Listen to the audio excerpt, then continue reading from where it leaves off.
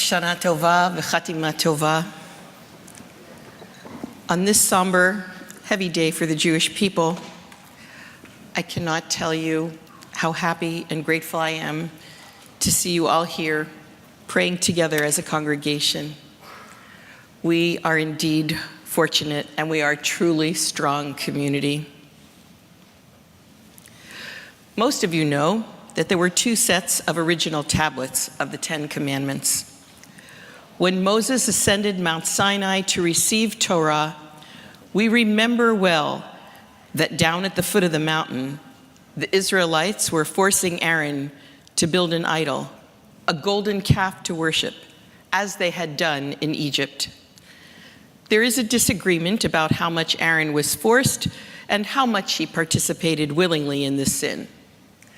Nevertheless, as Moses descends from atop the mountain, seeing for himself what is happening on the ground, he throws the two tablets of the covenant to the ground, shattering them. He then destroys the idol, rehabilitates the people, and ascends the mountain again to receive a second set of tablets. The broken tablets, what became of them? Certainly they were too holy to be left at the foot of the mountain. Our tradition would have us bury the pieces in the same way we bury a worn-out Torah scroll, prayer book, or talit in a geniza. The Babylonian Talmud in Bava Batra tells us that the broken tablets were placed in the ark along with the second intact set. The broken pieces are considered so treasured that they are placed in the holy ark. If the broken set of tablets represents the Israelites' people shattering their covenant with God, wouldn't we want to bury them and forget about them and not carry them around as a constant reminder of our great sin, idol worship? If we look closely, we find the answer. As a nation and as individuals, we are a sum of our history and our experiences. To forget the past is to forget who we are and where we came from, as well as what our growth has been and where it has taken us. The two sets of tablets in the ark are symbolically striking. Brokenness and wholeness exist side by side in this most holy place. The Ark of the Covenant, containing the broken pieces and the whole tablets, were carried throughout the desert and onto the temples built by King David and Solomon. The broken together with the whole. Judaism recognizes brokenness in many ways. At a Jewish wedding, a glass is broken. This beloved tradition reminds us of the fragility of life as well as the tragedies in our history, and it reminds the wedding couple to treasure each moment, each day. Think about the shofar blast we heard on Rosh Hashanah. The broken notes of shavarim literally mean breaks or fractures. These piercing blasts have often been compared to the sound of great weeping. The Rabbi Saadia Gaon, one of the foremost spiritual leaders of the Middle Ages, says that these notes remind us of the destruction of the temple in Jerusalem, and they call for us to strive for Israel's and our own personal renewal in freedom and in our relationship to God, however we see God. Judaism experiences brokenness in the concept of tikkun olam, repair of the world. Rabbinic literature draws this from Kabbalistic teachings. It must now be recovered from broken shards to the lights that were shattered. It is our obligation, when we can, to make broken things whole. As individuals, we experience brokenness in so many ways: loss and grief, physical or mental illness, trauma, despair, and our personal and communal failings. We come to these holy days vowing to improve ourselves in thought and in deed, and in a profound way to accept our brokenness and see our imperfections in the context of our full selves. The lesson we learn from the broken tablets is that they coexist with the tablets that are intact. We must see our lives as the Holy Ark, as vessels of divinity, able to both hold and carry wholeness and brokenness. Estelle Frankel, a Jewish educator and therapist, writes with psychological understanding of the two sets of the tablets. She says, if the two sets of tablets represent developmental stages we go through in our spiritual and emotional development, the first tablets correspond to our youthful dreams and ideals. The second tablets represent our more mature visions and dreams, which perhaps are not as lofty as our youthful visions and dreams are, but much more viable. Gathering up the broken pieces suggests that we must salvage the essential elements of our youthful dreams and ideals and carry them forward on our journeys so that we can find a way to realize them in a more grounded fashion. For ultimately, the whole and the broken live side by side in us all, as our broken dreams and shattered visions exist alongside our actual lives. As rabbis, we counsel people every day who feel so broken that they think they can never be whole again. I've felt that way myself.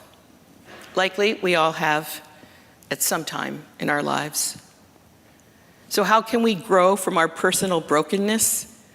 We can see it as an opportunity for maturation and expansion. Experiencing clinical depression can lead to greater compassion for others. Surviving childhood trauma can lead to greater resilience, strength, and depth. Brokenness can also spur us to bring significance and meaning to our lives through service to others. For example, a woman in our own community took the brokenness caused by her husband's death to spur the creation of bereavement and other support groups. A mother whose son suffered from mental illness was propelled to advocate for the mentally ill and eventually become a therapist herself. A child, age 13, who is bullied in school because he is Jewish, together with his mother, took on the principal of the school and the entire school district to create a program of tolerance. And these are the tiniest fractions of the way individuals and groups at Beth Israel create wholeness from brokenness. I am certain that there are other instances of anti-Semitism that have occurred within our community that have not come to our attention. Do not be complacent. Do not stand idly by, and do not be silent. Tell us and allow us and the ADL to help you. We will not be broken. The Hasidic Rabbi Menachem Mendel of Kotsk said, "There is nothing more whole than a broken heart." When we confront our own brokenness and accept our vulnerability, we can eventually patch our hearts, find strength and resilience, and sometimes do greater, more significant, or meaningful things because we have suffered loss and gained wisdom.